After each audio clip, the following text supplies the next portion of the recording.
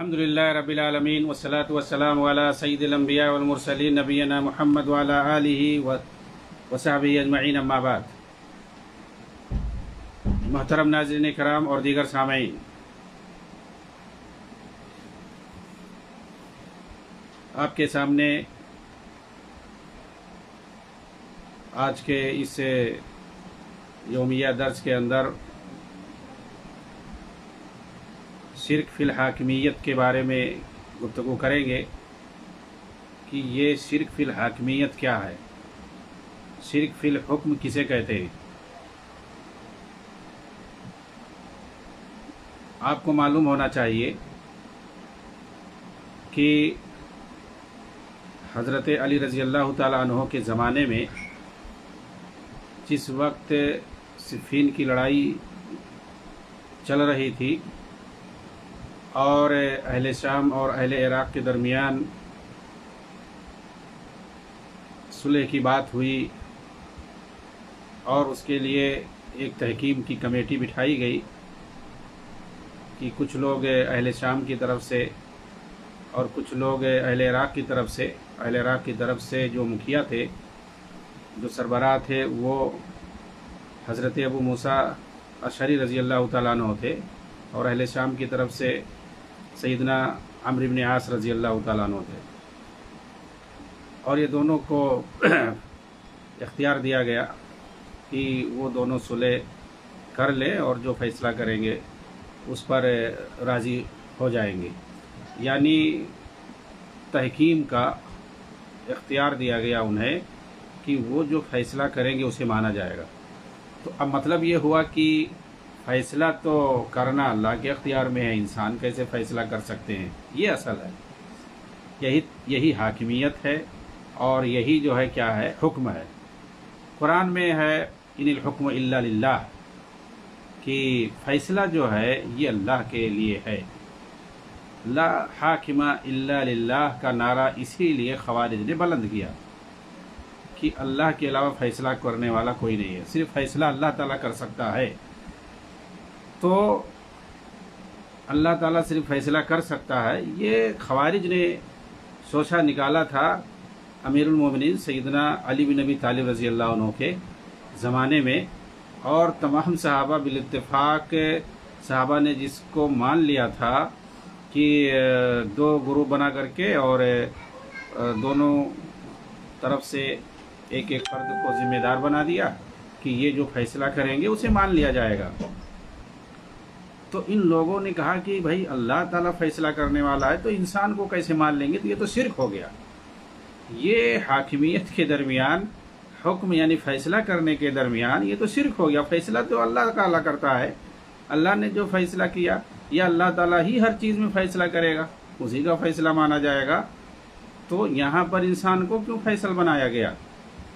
اسی بنیاد پر کہ جو ہے حضرت علی شرک کا ارتکاب کر رہے ہیں، حضرت معاویہ شرک کا ارتکاب کر رہے ہیں، عمرو بن عاص، ابو موسیٰ اشعری اور اس طریقے سے جو بڑے بڑے کبار صحابہ تھے، یہ سب جو ہے شرک کرنے والے ہیں۔ یہ سب کیا ہے؟ یہ سب مشرک ہو گئے، کافر ہو گئے۔ اس وجہ سے وہ خوارج الگ ہو گئے، حضرت علی رضی اللہ تعالیٰ عنہ کے ساتھ تھے، آپ کی جماعت میں تھے، آپ کی جماعت کو چھوڑ دیا اور وہ سب الگ ہو گئے۔ ان کی تعداد تقریباً کوئی 8,000 بتاتا ہے، کوئی 12,000 بتاتا ہے، یعنی ان کی تعداد 12,000 تک بتائی جاتی ہے۔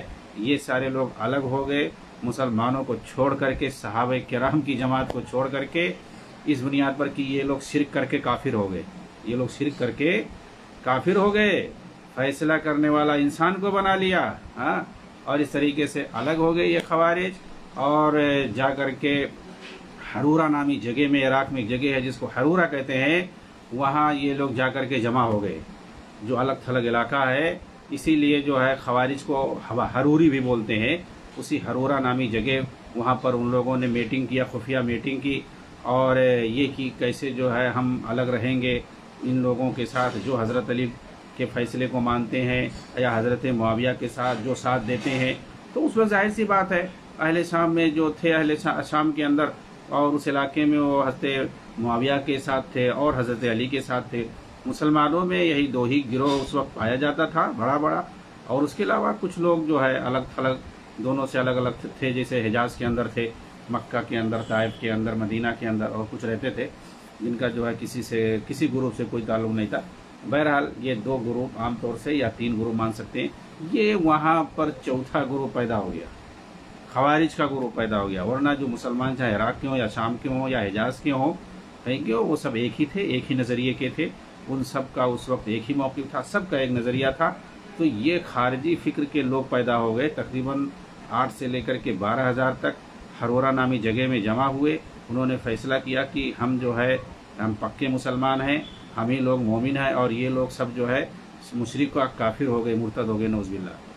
صحابہ کرام کو وہ لوگ مشرک اور کافر اور مرتد کہنے لگے، اور اسی بنیاد پر انہوں نے مسلمانوں کو مارنا اور قتل کرنا شروع کر دیا۔ کئی لوگوں کو انہوں نے قتل کیا، مارا، ان کے مال کو لوٹا، اور پھر ان سے جنگ ہوئی۔ جنگ کے اندر بہت سے مارے گئے، اور پھر کچھ بچے کچے۔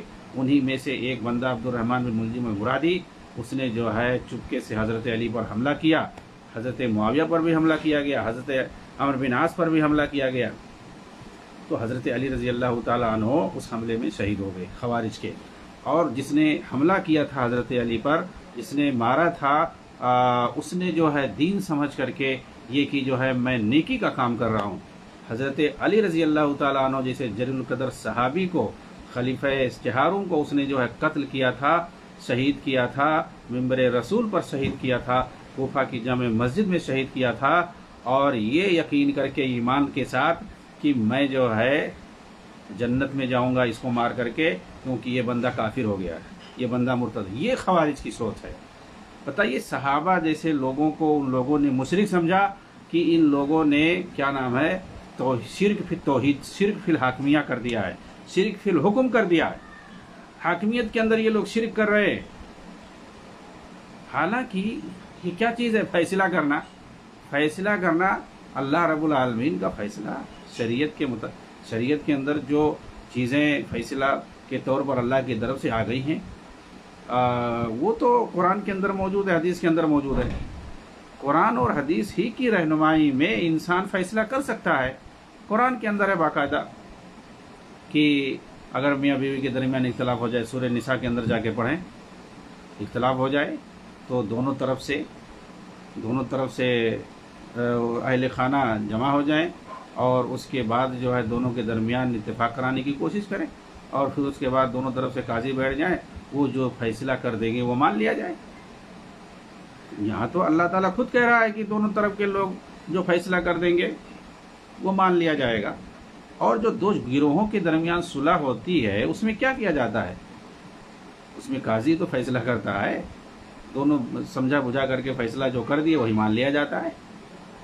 اور اگر احرام کی حالت میں کوئی آدمی جانور کو مار دے، شکار کر لے، تو باقاعدہ سورہ مائدہ کے اندر حکم ہے اللہ کی طرف سے کہ اگر کسی نے شکار کر لیا ہے تو پھر جو ہے کوئی گواہی کی صورت میں، دو گواہ کی صورت میں کوئی آدمی انصاف پسند فیصلہ جو کر دے گا وہی مان لیا جائے گا کہ اس کو جو ہے کیا جرمانہ دینا ہے۔ کسی نے خرگوش مار دیا یا کسی نے کوئی اور جانور جو ہے شکار کر لیا، تو اب اس کے عوض میں اس کو کیا دینا ہے، کوئی انصاف پسند آدمی گواہوں کی صورت میں وہ فیصلہ کر دے، جو فیصلہ کرے گا وہی مان لیا جائے۔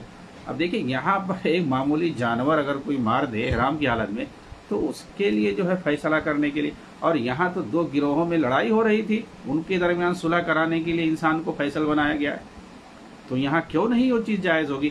اس طریقے کی بات سمجھائی تھی حضرت عبداللہ ابن عباس رضی اللہ تعالیٰ عنہما نے خوارج کو، تو بہتوں کے سمجھ میں یہ بات آ گئی، لیکن جو ہے بہت ایسے کٹر رہے۔ میں یہ کہنا چاہتا ہوں کہ یہ شرک فی الحاکمیہ اور شرک فی الحکم کا یہ جو پھنڈا ہے نا، یہ زمانے قدیم سے ہے۔ خوارج کا آج بھی یہ سوچ موجود ہے، آج بھی اخوان المسلمین کے اندر، جماعت اسلامی کے اندر، تنظیم اسلامی جو اسراری موجودی ہے، ان لوگوں کے اندر آج بھی، اور ان کے جو پیروکار ہیں، مجھے تعجب ہوا کہ اپنے آپ کو اہل حدیث بعض نوجوان کہنے والے یہ بات کہتے نظر آ رہے ہیں اس وقت کہ اہل حدیثوں کے اندر، سلفیوں کے اندر شرک فی الحاکمیہ پایا جاتا ہے، شرک فی الحکم پایا جاتا ہے، یعنی یہ لوگ جو ہے حاکمیت کے اندر شرک کرتے ہیں، حکم کے اندر یعنی شرک کرتے ہیں۔ بتائیے، سلفی جو ہے شرک کیوں، آخر یہ کہاں سے یہ چیز ان کے دماغ میں آئی؟ سلفی اہل حدیث یہ شرک کرتے ہیں، سمجھ رہے ہیں آپ؟ یہ لوگ کہہ رہے ہیں، کون لوگ؟ یہ آج کے جو جدید خوارج ہیں، یہ جدید جو خوارج ہیں یہ سلفیوں پر تانا لگا رہے ہیں، جیسے قدیم زمانے میں خوارج نے صحابہ پر جو ہے الزام لگایا تھا کہ وہ شرک کر رہے ہیں، شرک فی الحاکمیہ کر رہے ہیں۔ آج جو ہے موجودہ زمانے میں خوارج یہ کہہ رہے ہیں، چاہے وہ اخوان المسلمین سے تعلق رکھتے ہوں یا مودودی جماعت سے تعلق رکھتے ہوں یا اسراری جماعت سے تعلق رکھتے ہوں، سب کا ایک ہی پھنڈا ہے، سب کا ایک نظریہ ہے، اور یہ کہہ رہے ہیں کہ یہ لوگ کیا کر رہے ہیں؟ شرک فی الحاکمیہ کر رہے ہیں۔ ان کے سامنے جب آپ قرآن کی آیت پیش کرو گے جو اور حدیثیں پیش کرو گے جو مسلم حکام کی اطاعت اور فرما برداری پر ہے، چونکہ یہ لوگ جتنے جو ہے مسلم حکام پائے جاتے ہیں خلافت راشدہ کے بعد، یہ سب کو کہتے ہیں اس کے بعد جب سے جو ہے بادشاہت آئی ہے اس کے بعد جو ہے اسلام ختم ہو گیا، ان لوگوں نے اسلام کو مٹا دیا، جاہلیت اس کے بعد سے آ گئی ہے، اس کے بعد طاغوتی نظام ہو گئی ہے۔ اس وقت جتنے مسلم حکمراں ہیں سب طاغوتی نظام ہے۔ ان کے یہاں جو ہے خمینی کی جو حکومت تھی نا، وہ جو ہے ان کے یہاں ماشاءاللہ وہ جو ہے ایک مسلم حکومت تھا، ہاں وہ مسلمان حکومت اور وہ مسلمان حاکم تھا، ان کا خلیفہ یہ لوگ بنانے کے لیے جا رہے تھے ایران کے اندر، اس کو جو ہے باقاعدہ خلیفہ بنانے کے لیے جا رہے تھے، ڈکلیئر کرنے کے لیے، لیکن اس نے جو ہے لات مار دی ان لوگوں کو، کیونکہ وہ سمجھتا تھا کہ یہ لوگ سنی ہیں، وہ لوگ تو چاہتے نا ڈائریکٹ کہ تم لوگ شیعہ ہو جاؤ۔ تو یہ لوگ باقاعدہ گئے تھے عرب سے، باقاعدہ ایک طیارہ ایک جہاز بھر کر کے، اور ادھر سے بر صغیر سے یہ لوگ مودودی جماعت سے باقاعدہ گئے تھے۔ اس کو جو ہے شیعہ خبیث ملعون کو جو ہے صحابہ کو گالی دینے والا، ازواج مطہرات کو جہنمی کہنے والا، الٹا سیدھا الزام لگانے والا، نہ قرآن کو مانتا نہ حدیث کو مانتا، اس کو یہ لوگ گئے تھے خلیفہ ماننے کے لیے، ہاں۔ اور جو اصلی جو مسلمان حکمراں ہیں ان کو یہ لوگ طاغوت کہتے ہیں، ہاں۔ ایک کو اور یہ لوگ مسلم حکمران کہتے ہیں کہ وہ بھی اصلی جو ہے مسلمان حکمراں ہے، کس کو؟ اردگان کو، جہاں نظام جو ہے کافرانہ نظام ہے، جو یہودی مصطفیٰ کمال ترک نے جو بنایا تھا نظام، جو اسلام مخالف باقاعدہ وہاں پر دستور بنایا گیا ہے، جان بوجھ کر کے اسلام کے مخالف بہت سارے قانون وہاں پر بنائے گئے ہیں، اور اسی قانون کے مطابق وہاں پر حکومت کی جا رہی ہے، اور اسی دستور کو ہر سال وہ قسم لے کر کے کھاتا ہے، اور اس کی قبر پر جا کر کے جو ہے پھول چڑھاتا ہے اور جھکتا ہے، سجدہ ریز ہوتا ہے، اور وہاں قسم کھاتا ہے کہ جو ہے میں جو ہمارے جو ہے باپ دادا نے، ہمارے جو ہے پرکھوں نے، ہمارے جو ہے حکمرانوں نے جو قانون بنایا ہے، جو دستور بنایا ہے، ہم اس کی حفاظت کریں گے۔ بتائیے، اس کو وہ مسلمان ہیں ان کے یہاں۔ اور ایک جو ہے بدگماش اور ایک زندیق قسم کا انسان جو سوڈان کے اندر آیا تھا، حسن ترابی جو مذاق اڑاتا تھا شریعت کا، وہ تو کہتا کہ شریعت کو تو پھر سے جو ہے اس کو بدلنا چاہیے اور نئے سرے سے ترتیب دینا چاہیے۔ جی ہاں، اس کو کہتے تھے، وہاں بھی ایک بار اسلامی حکومت قائم ہوئی تھی۔ تو ان کے یہاں ایسے لوگ جو ان کے نظریے کے جو مطابق ہوگا وہ ہے، باقی سب جو ہے، باقی سارے لوگ جو کیا ہیں؟ طاغوت ہیں اور کافر ہیں، مرتد ہیں۔ ومن لم یحکم بما انزل اللہ، بڑے دھڑلے سے یہ لوگ پیش کریں گے، اور اس کو فوراً فٹ کریں گے کس پر؟ وہ ملک جہاں پر ان کے مطابق نظام نہیں چلتا ہے، ان کو جہاں کھلی چھوٹ اور آزادی نہیں ہے، اور ان کے فکر والے لوگ جہاں پر بااثر نہیں ہیں اور طاقتور نہیں ہے، ان لوگوں پر فٹ کریں گے، اور باقی جو ان کے محبوب ہیں ان پر فٹ نہیں کرتے۔ تو یہ اپنی مرضی، یہ خواہشات کے بندے ہیں، یہ سب کو جو ہے توحید، شرک فی حاکمیہ اور شرک فی الحکم قرار دے کر کے مشرک اور کافر اور مرتد کہتے ہیں، سمجھ رہے ہیں؟ حالانکہ جو ہے اس میں پوری تفصیل ہے کہ جو ہے ومن لم یحکم بما انزل اللہ فاولئک هم الکافرون، جو قرآن کے اندر ہے۔ ڈاکٹر اسرار ہوں یا جو بھی ہوں، سید قطب جیسے لوگ جنہوں نے مشہور کر رکھا ہے اس کی الٹی سیدھی تفسیر، اس کا جواب جو ہے عبداللہ ابن عباس رضی اللہ عنہما نے اس آیت سے استدلال کرتے ہوئے، باقاعدہ خوارج نے اس وقت صحابہ کو کافر کہا تھا۔ آج بھی یہ لوگ، ان کے جو خارجی جو جد امجد اور ان کے آباء و اجداد جو خوارج پائے جاتے تھے، آج بھی ان کی جو ہے نسلیں پائی جا رہی ہیں۔ آج بھی اس آیت سے، اس متشابہ آیت سے جو ہے استدلال کرتے ہوئے تمام مسلم حکمرانوں کو یہ لوگ کافر اور مرتد قرار دیتے ہیں، جبکہ اسی وقت عبداللہ ابن عباس رضی اللہ تعالیٰ عنہ نے اس کو جواب دیا تھا کہ یہاں پر جو تم مراد لے رہے ہو وہ مراد نہیں اللہ تعالیٰ کا، یہاں مراد جو ہے کفر اصغر ہے، نہ کہ وہ جو تم لوگ مراد لے رہے ہو۔ ویسے ہی آج بھی ان سے جب کہا جاتا ہے تو کہتے ہیں کہ تم لوگ جو ہے طاغوت کے پجاری ہو، تم لوگ جو ہے شرک کرتے ہو۔ ہم لوگ تو آئے ہیں دنیا کے اندر شرک فی القصور کو ختم کرنے کے لیے، ہم لوگ شرک فی القبور میں نہیں ہیں۔ شرک فی القبور جو ہے وہ ایک معمولی چیز ہے، یعنی جو سراسر اللہ کے ساتھ شرک ہو رہا ہے قبروں پر، مزاروں پر یا درگاہوں پر یا جو ہے اور دوسری جگہوں پر کھلم کھلا جو شرک ہو رہا ہے اس کو یہ کہہ رہے ہیں یہ معمولی چیز ہے، یہ تو جو ہے بہت پہلے سے چلا آ رہا ہے۔ ہم جو ہے شرک فی القصور کو محلوں میں اقتدار میں جو شرک ہو رہا، کون سا اقتدار کا شرک ہے؟ جب آدمی اپنے آپ کے ساتھ اپنی عبادت کرنے کے لیے کہے تب اس کو شرک کہیں گے کسی کو؟ یہ لوگ کہہ رہے ہیں کہ تم لوگ حکمرانوں کی عبادت، حکمرانوں کی پوجا کرتے ہو، ظاہر سی بات ہے یہ لوگ کرتے ہوں گے اس لیے ایسا کہتے ہیں۔ تو شرک فی الحکم یا شرک فی الحاکمیہ، اس میں جو ہے بڑی تفصیل ہے، اور وَمَن لَّمْ يَحْكُم بِمَا أَنزَلَ اللَّهُ فَأُولَٰئِكَ هُمُ الْكَافِرُونَ۔ اسی طریقے سے وہیں پر اللہ تعالیٰ نے اور بھی آیتیں نازل فرمائی ہیں، فَأُولَٰئِكَ هُمُ الظَّالِمُونَ بھی کہا ہے، فَأُولَٰئِكَ هُمُ الْفَاسِقُونَ بھی کہا ہے۔ تو آخر یہ فاسقون اور ظالمون، تو من کا مطلب کیا ہوتا ہے؟ کوئی بھی جو بھی فیصلہ کرے شریعت کے خلاف وہ کافر ہے، وہ ظالم ہے، وہ فاسق ہے۔ تین جگہ اللہ تعالیٰ نے کیوں کہا؟ اور من کا سیگا کوئی بھی، لیکن یہ لوگ صرف حاکم کو مراد لیتے ہیں، اپنے کو نہیں مراد لیتے ہیں۔ اپنا چاہے جو کریں، ہر مسلمان یہاں پر مراد ہے، ہر شخص مراد ہے یہاں پہ، یہ تو پہلا جواب اس کا ہے۔ تو بھائی تم صرف اپنے کو کیوں نہیں مراد لیتے ہو؟ اپنے آپ کو کیوں نہیں مراد لیتے ہو؟ کیا تمہارا سارا فیصلہ، تمہارا سارا کام شریعت کے مطابق ہے؟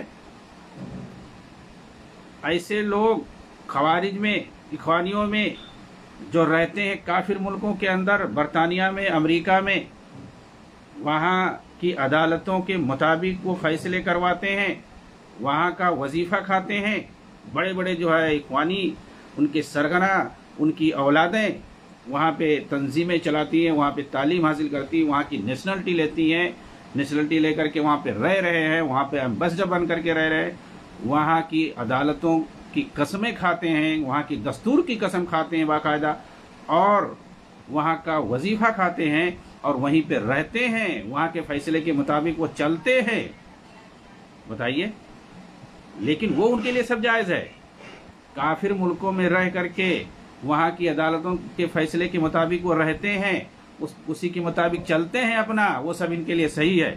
لیکن مسلم ملکوں کے اندر نہیں صحیح ہے۔ مسلم ممالک جتنے ہیں وہ سب کیا ہیں؟ وہ سب طاغوت ہیں۔ لیکن جو کافر ممالک ہیں ان کے لیے سب اچھا ہے، جائز ہے۔ یہ ان کے ہاتھ دوغلا پنی پائی جاتی ہے۔ ہاں، اور یہ آیت جو ہے یہ اگر چلو ہم مان لیں کہ چلو یہاں کافر مراد ہے، مان لیں فرض مال تمہارے اعتبار سے کافر مراد ہے، تو کافر مراد ہے تو صرف حکمران ہی مراد ہیں، اور حکمران میں بھی وہ تم جس کو چاہو وہی لوگ مراد ہیں، جس کو تم نشانہ ساتھ کے بول دو کہ یہ لوگ مراد ہیں۔ سارے لوگ کو کیوں نہیں کہتے ہو؟ سب کو کہو، ایک ساتھ جو ہے سب کو کہو۔ تو کیوں اس میں کچھ لوگوں کو پک اپ کر لیتے ہو جو کرپٹ ہوتے ہیں سب سے زیادہ، انہی کو کیوں پک اپ کرتے ہو؟ اور باقی جو ہے لوگوں کو ایک ساتھ بولتے ہو اور کہتے ہو کہ کہیں نہیں جو ہے ان کے علاوہ اور کہیں نہیں اسلامی نظام لاگو ہے۔ تم کیسے کہہ رہے ہو بھائی کوئی انچ؟ ڈاکٹر اسرار دیکھو، 1 انچ زمین پر ایسی نہیں ہے جہاں پر اسلامی شریعت، مطلب تمہارے گھر میں بھی نہیں ہے، مطلب تم خود نہیں اسلامی شریعت کے مطابق چلتے ہو، یہی تو ہوا۔ 1 انچ بھی اسلامی شریعت کہیں پر نہیں لاگو ہے، مطلب تم بھی نہیں اسلامی شریعت کے مطابق کام کرتے ہو، یہی تو ہوا۔ تمہارے گھر میں بھی اسلامی شریعت کے مطابق نہیں کام ہو رہا ہے، دین پر عمل نہیں ہو رہا ہے اسلامی شریعت کے مطابق۔ تو ایسا کہنا یہ کیا؟ یہ احمقانہ حرکت ہے، احمقانہ بات ہے۔ ایسا کہنا کہ اللہ کی زمین میں 1 انچ بھی ایسی نہیں ہے جہاں پہ اللہ تعالیٰ تیری جو ہے شریعت نافذ ہو رہی ہو، تو یہ کیا ہے؟ یہ ایک احمقانہ حرکت ہے۔ اس کا مطلب تم اعلان کر رہے ہو کہ تم بھی نئی شریعت پر عمل کر رہے ہو، اور دوسروں پر الزام لگا رہے ہو باقاعدہ کہ کس کے گھر پہ جا کے دیکھو کہ وہاں شریعت پہ عمل نہیں ہو رہا ہے، کون نہیں کر رہا ہے، اور تم ملک کی بات کرتے ہو، ہیں؟ تمہاری آنکھوں میں نہیں دکھائی دیتا؟ بتائے کہیں دوسری دور جانے کی ضرورت نہیں ہے، پوری دنیا سے لوگ جو ہے مکہ مدینہ آتے ہیں حج کرنے کے لیے، عمرہ کرنے کے لیے آتے ہیں، اور پوری سعودیہ میں جو عدالتیں ہیں وہاں پر جا کے دیکھو کیسے فیصلے ہوتے ہیں۔ وہاں کی تمام عدالتوں میں شریعت کے مطابق فیصلے ہوتے ہیں، وہاں کوئی فقہ بھی نہیں ہے، کوئی فقہ بھی نہیں ہے کہ اس فقہ کے مطابق جو ہے محدود ہو کر کے ایک کسی فقہ کے مطابق کسی آدمی کی رائے کے مطابق فیصلے ہوتے ہیں۔ وہاں قرآن حدیث کے مطابق تمام عدالتوں میں شرعی محاکم کے اندر فیصلے ہوتے ہیں۔ سعودی حکومت جو ہے وہ ایک تنہا ملک ہے جہاں پر حدود اور قصاص نافذ ہوتے ہیں۔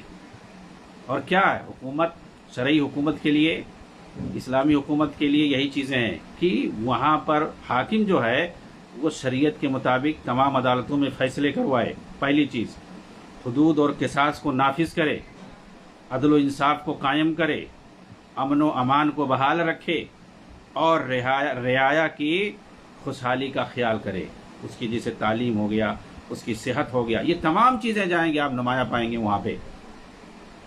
یہ چاہے امن کا معاملہ ہو، امن و امان اور سلامتی کا معاملہ ہو، تعلیم کا معاملہ ہو، صحت کا معاملہ ہو، اور اسی طریقے یہ سب خوشحالی اور رفاہی کاموں میں آ جائے گا۔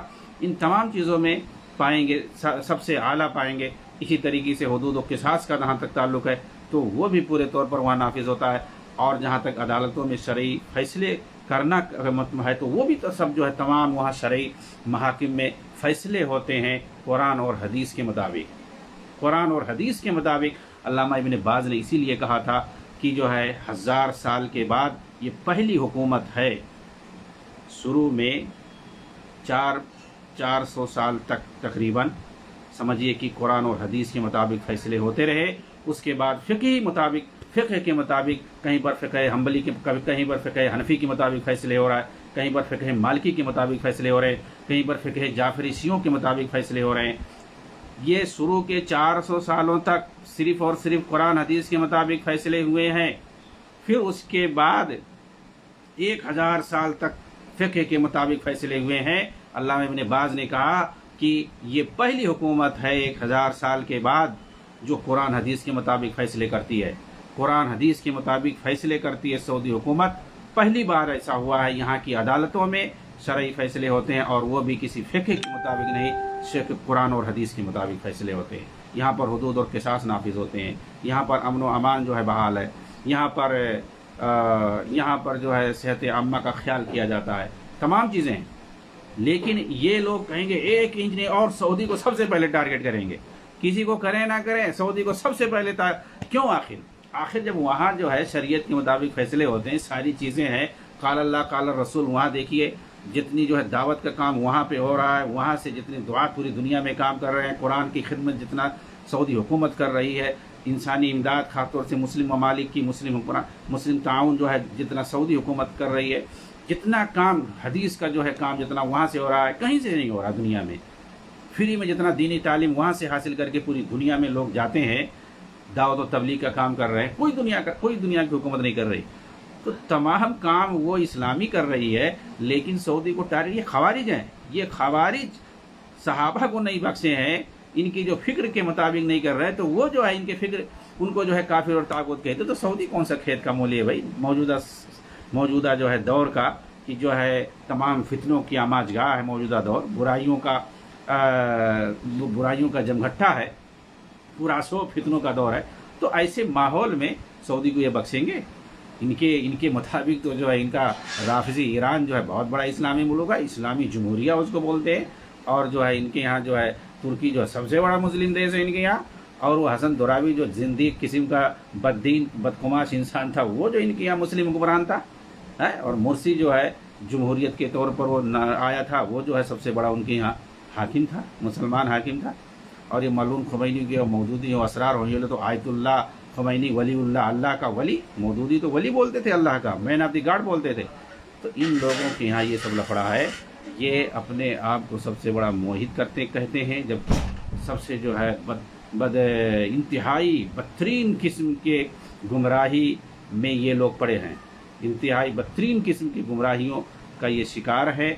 اور جو لوگ صحیح جو ہے توحید پہ کام کرتے ہیں، کتاب و سنت کی خدمت کرتے ہیں، ان کی نظر میں وہ لوگ سب سے زیادہ بدترین جو ہے کافر ہوتے ہیں، مرتد ہوتے ہیں۔ کیوں؟ کیونکہ ان کے نظریے کے مطابق نہیں ہے، اور یہ جو چاہتے ہیں وہ نہیں، ان کے مطابق ان کو جو چاہے، ان کو پسند کرے، وہ ان کا سب سے بڑا خیر خواہ ہے، چاہے وہ اوباما ہی کیوں نہ ہو، ہلیری کلنٹن ہی کیوں نہ ہو، چاہے وہ جو ہلیری چارلس ہی کیوں نہ ہو، کوئی بھی ہو ان کا جو ساتھ دے تو وہ جو ہے ان کا سب سے بڑا خیر خواہ ہے، تو وہی ان کا سب سے بڑا حاکم ہے، اور وہ مسلم حاکم ہے، چاہے وہ ملعون خمینی ہی کیوں نہ ہو، اس کو خلیفۃ المسلمین یہ لوگ مان لیں گے۔ ہاں، تو یہ جو ہے اہل حدیث اور سلفیوں پہ شرک کرنے کا الزام لگاتے ہیں، جو زندگی بھر شرک کے خلاف ہی بولتے ہیں، ان کو یہ لوگ مشرک ثابت کر رہے ہیں۔ شرک فی الحاکمیہ لا کر کے، شرک فی الحاکمیہ کسے کہتے ہیں بھائی؟ یعنی گویا اللہ تعالیٰ کو حاکم نہیں مانتے۔ اصل میں یہ لوگ کیا کہتے ہیں، یہ لوگ جو ہے عبادت کو مانتے ہی نہیں ہیں، اگر آپ دیکھیں تو یہ مانتے نہیں کہ اللہ تعالیٰ صرف، کیونکہ کلمہ توحید جو لا الہ الا اللہ، اس کو یہ لوگ کہتے ہیں مودودی نے سب سے پہلے یہاں پہ تحریر کیا ہے اور لکھ دیا کہ جو یہاں الہ سے مراد حاکم ہے، مصطلحات اربع، اور اس کو مشہور کر دیا عربوں میں۔ سید قطب نے کہا کہ وصیت کیا جب یہ جیل میں تھا، اپنے جو ہے پیروکاروں کو کہا کہ مودودی کی کتاب جو مصطلحات اربع ہے اس کو پڑھو، اس کے اندر جو ہے دین کی صحیح جو ہے تصریح کی گئی ہے۔ حاکم کہا کہ یہاں حاکم مراد ہے، الہ سے مراد حاکم ہے۔ آج تک جو ہے مسلمان بیوقوف بناتے رہے، علماء جو ہے بیوقوف بنا رہے تھے، الہ کا معنی صحیح سے نہیں سمجھا رہے تھے، اس کا مراد حاکم ہے، لا حاکم الا للہ مراد ہے، یہاں پہ ایسے ہی صاف صاف لکھا ہے۔ تو یہ لوگ اسی لیے کہتے ہیں، ظاہر سی بات ہے، اگر جو ہے شرک فی العبادات، تو آدمی یہی کہہ رہا ہے کہ جس غیر اللہ کی کوئی پرستش کرے یہی شرک ہے۔ اب وہ پرستش اور عبادت کی مختلف شکلیں، تو یہ کہہ رہے ہیں کہ یہاں حاکم مراد ہے، حاکم کہہ دو کہ عبادت ختم۔ اسی لیے مودودی وغیرہ نے کہا ہے کہ عبادت وغیرہ یہ سب نماز، روزہ، حج، زکوٰۃ، یہ ساری چیزیں جو ہیں بتائی گئی ہیں، یہ اصل مقصد کو حاصل کرنے کا ایک ذریعہ ہے، ایک ٹریننگ کورس ہے، ایک ثانوی درجہ ہے، مطلب اس کی کوئی حیثیت نہیں ہے۔ اصل کام ہے کرسی اور اقتدار حاصل کرنا۔ ان کے یہاں نصب العین ٹارگٹ کیا ہے؟ اقتدار حاصل کرنا۔ تو وہاں تک پہنچنے کے لیے یہ سب ٹریننگ ہے، محنت ہے۔ روزہ رکھتے ہیں، اس میں جو ہے بدن کو مضبوط کرنے کے لیے، اور نماز پڑھتے ہیں، اس میں ورزش ہوتی ہے، حج کرتے ہیں، اس کے اندر ورزش ہوتی ہے، ایسا ہوتا ہے، ویسا ہوتا ہے۔ تو یہ ساری چیزیں نعوذ باللہ جو اصل جو دین اسلام ہے، اور یہ دیکھیے اسرار کیا بولتے ہیں کہ یہ جو کیا ہے، تو جزئی اطاعت ہے، یہ سب جزئی بات، جزئی اطاعت ہے۔ کہیں پر کہیں گے یہ مروجہ مذہب ہے، مروجہ مذہب ہے، اصل جو ہے دین کو یہ لوگ مانتے ہی نہیں، سب مذہب کو مانتے ہیں مروجہ، نعوذ باللہ۔ یعنی جو دین پر، اصلی دین پر جو عمل کر رہے ہیں، وہ عبادت کرنا ہی کیا ہے، یہی اصل عبادت اور اطاعت، یہی اصل دین ہے۔ تو یہ لوگ کیا مشہور کرتے ہیں، جو جدید دور کے خوارج ہیں نا، یہ کہتے ہیں یہ جو مسلمان آج کل عبادت کر رہے ہیں، روزہ، نماز، حج، زکوٰۃ، اور کیا نام ہے، سال میں عید بقرعید منا لیے، اور حج کر لیے، اور جو ہے شادی بیاہ کر لیے، ایسا ویسا شریعت، تو یہ سمجھتے ہیں یہی دین ہے، حالانکہ یہ مذہب ہے، مروجہ مذہب، بتاتے ہی نہیں ہے مذہب کسے کہتے ہیں۔ ارے مذہب کیا ہوتا ہے؟ مذہب رائے مانے مذہب، فکر مانے مذہب، مسلک مذہب، منہج، یہ سب کیا ہے؟ یہ سب ایک ہی چیز ہے، اور دین شریعت الگ ہے۔ تو دین شریعت اصل ہے، لیکن ہمارا منہج اور مذہب کیسا ہونا چاہیے؟ جیسا کہ اللہ کے رسول کا تھا ویسا ہونا چاہیے۔ تو یہ اصل، لیکن یہ لوگ دین کو مذہب بنا دیتے ہیں، اور ان کے یہاں دین کچھ الگ چیز ہے۔ ظاہر سی بات ہے، دین الگ چیز ہے، دین کو مذہب کہہ دیے، تب دین کیا ہے؟ دین کو غائب کر دیے۔ سب لوگ پوچھیں گے تو اس کو تنہائی میں بتائیں گے کہ دین کہتے ہیں اقامت دین، مطلب جو ہے اللہ کی حکومت کو قائم کرنا۔ تو مطلب کیا ہے؟ یعنی اقتدار پہ قبضہ کرنا، تو حکومت قائم کرنا، یہ اصل دین ہے۔ اور کہیں گے کہ انبیاء جو آئے تھے اللہ کی جو ہے خلافت کو قائم کرنے کے لیے آئے تھے۔ خلافت کو قائم مطلب کیا؟ پہلے خلافت بولیں گے، اس کے بعد حکومت الہیہ بولیں گے، مطلب کیا ہے؟ حکومت قائم کرنے کے لیے، سیاست کے لیے آئے تھے۔ سیاست کا، اسی لیے لوگ سیاست کرتے ہیں، بھیڑ جمع کرتے ہیں۔ سیاست میں کیا ہوتا ہے؟ بھیڑ جمع کرنا ہوتا ہے، ممبر سازی ہوتا ہے، زیادہ سے زیادہ لوگوں کو لبھانا ہوتا ہے، اور جو ہے بتانا کہ جو ہے سڑکوں پر کہ ہم یہ کر ڈالیں گے، وہ کر ڈالیں گے۔ یہی لوگ یہ کرتے ہیں، یہی لوگ یہ کرتے ہیں۔ تو یہ اس لیے کہ انبیاء آئے تھے، انبیاء نے آ کر کے کیا یہ کہا ہے؟ سب نے تو آ کر، قرآن تو بار بار کہتا ہے کہ سارے انبیاء نے آ کر کے اپنی قوموں سے کہا کہ صرف اللہ کی عبادت کرو، اعبدوا اللہ، صرف اللہ کی عبادت کرو، اور جو ہے کسی کے اور کسی کو شریک نہ ٹھہراؤ اللہ کے ساتھ۔ انبیاء نے تو یہ آ کر کہا، ہم نے ہر قوم کے اندر رسول بھیجا تاکہ جو ہے صرف اللہ کی عبادت کا پیغام دے، اور جو ہے طاغوت سے روکیں۔ طاغوت آپ جائیں دیکھیں تفسیر کے اندر، ہر ایک نے کہا ہے کل معبود من دون اللہ فہو طاغوت، اللہ کے علاوہ جس کی پرستش کی جائے، عبادت کی جائے، چاہے انسان کی پرستش کی جائے، چاہے جنات کی، چاہے شیطان کی، چاہے فرشتے کی، چاہے شجر کی، درخت کی، کسی بھی چیز کی، پتھر کی، کسی بھی چیز کی جو پوجا کی جاتی ہے، دور قدیم سے پایا جاتا ہے۔ شرک جب سے پایا جا رہا ہے، مختلف شکل میں شرک پایا جا رہا ہے، تو جو پوجا جب تک نہیں ہوگا، پرستش جو پائی جاتی ہے نا، پرستش کی عبادت کی بہت ساری قسمیں ہیں، تو عبادت کی جو بھی قسم ہے اگر غیر اللہ کی جا رہی ہے تو وہ کیا ہے؟ وہ شرک ہے، وہ شرک، اور شرک سے منع کرنے کے لیے آئے کہ غیر اللہ کی عبادت سے، بندوں کی عبادت سے نکال کر کے اللہ کی عبادت کی طرف لانا، غیر اللہ کی عبادت سے، بندگی سے نکال کر اللہ کی بندگی کی طرف لانا، یہ انبیاء کا مشن تھا۔ لیکن یہ لوگ کہیں گے کہ انبیاء آئے تھے حاکمیت قائم کرنے کے لیے، یعنی حکومت کرنے کے لیے آئے تھے، اسی لیے کہہ رہے ہیں کہ یہ لوگ جو ہے اس کا جو ہے اس کے لیے کام نہیں کر رہے ہیں، حکومت کے لیے کام نہیں کر رہے۔ انبیاء تو حکومت قائم کرنے کے لیے آئے تھے، ہم بھی حکومت کے لیے کوشش کر رہے ہیں، لیکن یہ لوگ نہیں کوشش کر رہے ہیں۔ تو ایسا لوگ گمراہ کرتے ہیں، اور کلمہ توحید لا الہ الا اللہ کا معنی بدل کر کے لا حاکمہ کہہ دیے کہ یہاں الہ سے مراد اقتدار ہے، اقتدار اعلیٰ، اقتدار اعلیٰ اس کے لیے لکھتے ہیں، سمجھ رہے ہیں، اور کہتے ہیں کہ لا حاکمہ، اللہ کے علاوہ کوئی حاکم نہیں ہے۔ اس طریقے سے بھائی، تو اللہ تعالیٰ نے کیوں کہا کہ اللہ تعالیٰ حکم الحاکمین ہے، حاکموں کا حاکم ہے؟ اس کا مطلب جو بہت سارے حاکم ہیں، قرآن تو خود کہہ رہا اللہ تعالیٰ حکم الحاکمین ہے، یعنی مطلب سب سے اچھا جو ہے فیصلہ کرنے والا۔ اس کا مطلب انسان بھی فیصلہ کرتے ہیں، لیکن ظاہر سی بات ہے غیر اللہ کا فیصلہ، انسانوں کا فیصلہ اللہ کے جیسا تھوڑی ہوگا، انسان بھی فیصلہ کرتے ہیں لیکن اللہ کا فیصلہ سب سے اچھا ہے، اور حقیقت بھی یہی ہے۔ تو حاکموں کا حاکم اللہ تعالیٰ قیامت کے دن کہے گا کہ کہاں گئے سارے بادشاہ، کہاں گئے سارے حکام، آج میں صرف حاکم۔ ظاہر سی بات ہے وہاں پر صرف اللہ تعالیٰ حاکم ہوگا۔ اس کا مطلب یہ کہ دنیا میں اور بھی حاکم تھے، تو ایسا نہیں ہے کہ جو اللہ کے علاوہ کوئی حاکم ہی نہیں ہے، اور کہہ رہے ہو کہ اللہ کے علاوہ کوئی حاکم ہی نہیں ہے، تو یہ غلط ہے ترجمہ، اور کسی نے 1400 سال میں کسی نے یہ ترجمہ نہیں کیا ہے، اور یہ نہ مفہوم بتایا ہے۔ اگر کسی نے کیا ہے، صوفیوں نے جو وحدت الوجود کے قائل ہیں، وہ لوگ کہتے ہیں کہ لا موجودہ الا اللہ، لعوذ باللہ، الہ کا جو ہے ترجمہ وجود سے کرتے ہیں کہ اللہ کے علاوہ اور کسی کا وجود نہیں ہے، یعنی سب اللہ ہر جگہ ہے، تو وہ لوگ کرتے ہیں۔ اس طریقے سے انہوں نے گڑھ لیا کہ الگ الگ لوگ معنی بتا رہے ہیں، حالانکہ جو صحیح ترجمہ اس کا ہے لا معبود بحق، اللہ کے سوا کوئی معبود برحق نہیں ہے، اللہ کے سوا کوئی عبادت کے لائق نہیں ہے، یہ اس کا صحیح ترجمہ ہے۔ پوری دنیا آج تک جو ہے اس کا ترجمہ یہی کرتے آئی، صحابہ سے لے کے، نبی سے لے کے، تابعین، طب تابعین، محدثین، ائمہ کرام، آج تک سارے لوگ یہی کرتے آئے، اور مودودی نے آ کر کے 20ویں صدی میں کیا کر ترجمہ کر دیا کہ اللہ کے علاوہ کوئی حاکم نہیں ہے، عبادت سے منہ پھرانے کی، عبادت سے جو ہے نظریں ہٹانے کے لیے لوگوں کو، اور سب کو جو ہے حکومت کی طرف لگانے کے لیے۔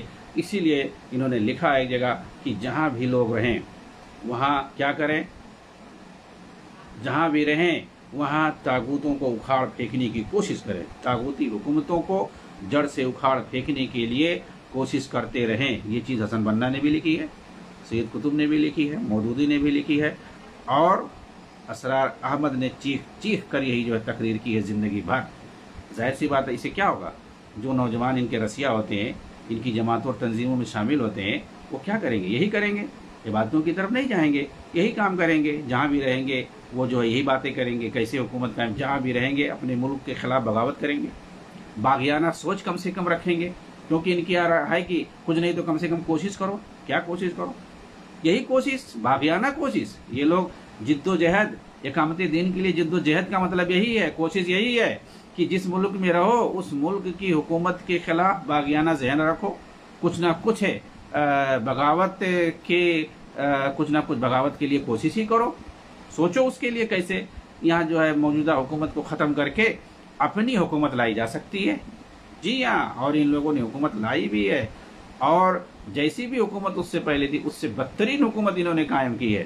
شریعت وریعت کچھ نہیں، اب اس پر کیا ہم بولیں، بہت تفصیل ہو جائے گی۔ بہرحال شرک فی الحاکمیہ وغیرہ کوئی چیز نہیں ہے، یہ جو ہے خوارج کا نظریہ ہے، جو کہ بالکل غلط نظریہ ہے، اور یہ حضرت علی کے زمانے میں پایا جاتا تھا۔ ان لوگوں کو حضرت علی نے تحت تیک کیا تھا، سب کو قتل کر دیا ایک طرف سے، چند لوگ بچ گئے تھے۔ اس میں ایک بہت بڑا مجرم فسادی عبد الرحمن بن ملجم المرادی بھی تھا، جس نے قتل کیا حضرت علی کو۔ ایسے چند لوگ بچے تھے، انہی کی باقی مادہ نسل آج بھی پائی جاتی ہے، اور آج بھی یہ سوچ رکھتی ہے کہ جو ہے جو سلفی، جو قرآن حدیث کی دعوت دیتے ہیں، جو صحابہ کے منہج کی بات کرتے ہیں، اور جیسے انہوں نے قرآن حدیث کو سمجھا اسی طرح سے سمجھتے ہیں اور سمجھانے کی کوشش کر رہے ہیں، اور دین کی اصلی شکل و صورت کو لوگوں کے سامنے پیش کرتے ہیں اور اسی طرح سے عمل کرنے کی بات کرتے ہیں، جیسے کہ صحابہ اور تابعین طبع تابعین نے عمل کیا ہے، ان پر یہ الزام لگاتے ہیں کہ جو ہے یہ لوگ شرک کرنے والے ہیں، یہ لوگ تو مشرک ہیں۔ یعنی سلفیوں کو، اہل حدیثوں کو یہ لوگ مشرک بتا رہے ہیں، نعوذ باللہ، یعنی جو گمراہی اور بدعقیدگی کا شکار ہیں، انتہائی درجے کی گمراہی کا جو لوگ شکار ہیں، اور جو ہے دین اسلام کو غلط طریقے سے انٹرپریٹ کرنے والے ہیں اور جاہلوں کا ٹولہ ہے، ایسے لوگ جو جیسے خوارج اس وقت حضرت ابن عباس رضی اللہ عنہ نے کہا تھا کہ الحمدللہ تمہارے اندر کوئی عالم نہیں ہے، صاف صاف کہا تھا دیکھ کر کے خوارج کو کہ میں شکر کرتا ہوں اللہ تعالیٰ کا کہ تمہارے اندر کوئی عالم نہیں ہے، اور میں جہاں سے آیا ہوں وہاں سب علماء ہیں، وہاں صحابہ کے ٹیم ہے، میں حضرت علی کے پاس سے آیا ہوں اور ان کے ساتھ صحابہ کی ٹیم ہے، اور تمہارے پاس آیا ہوں تمہارے پاس کوئی صحابی نہیں، کوئی عالم نہیں ہے، یہ کہا تھا۔ تو آج بھی وہی صفت ان کی یہاں پائی جاتی ہے۔ ان خوارج کے ٹولوں میں کوئی جو ہے قرآن حدیث کا صحیح ماننے والا اور سمجھنے والا آپ کو نہیں ملے گا، جس کے اندر تفقہ فی الدین ہو، تفقہ فی القرآن و سنہ ہو، صحیح سے حدیث کا سمجھنے والا ہو، صحیح سے قرآن کا سمجھنے والا ہو، صحیح سے عقید توحید کو سمجھنے والا ہو، صحیح سے جو ہے صحابہ کرام کی اہمیت کو اور ان کی زندگی، ان کے کارناموں کو سمجھنے والا ہو، اور ان کے فہم کو اور ان کے منہج کو سمجھنے والا ہو، یہ جو ہے ان بدنصیبوں کے یہاں کوئی نہیں ملے گا۔ تو یہ ہے، تاریخ ہے، اسی رہی ہے اور رہے گی قیامت تک۔ ان کا آخری گروہ جو ہے دجال کے ساتھ نکلے گا، دجال ایران سے نکلے گا انشاءاللہ۔ اس عنوان پر کہ دجال ایران سے نکلے گا اور یہ لوگ غلط نیریٹو قائم کرتے ہیں، اس پر جو ہے اگلے کسی درس میں آپ کے سامنے بات ہوگی انشاءاللہ جو ہے۔ وآخر دعوانا الحمدللہ رب العالمین، السلام علیکم ورحمۃ اللہ وبرکاتہ۔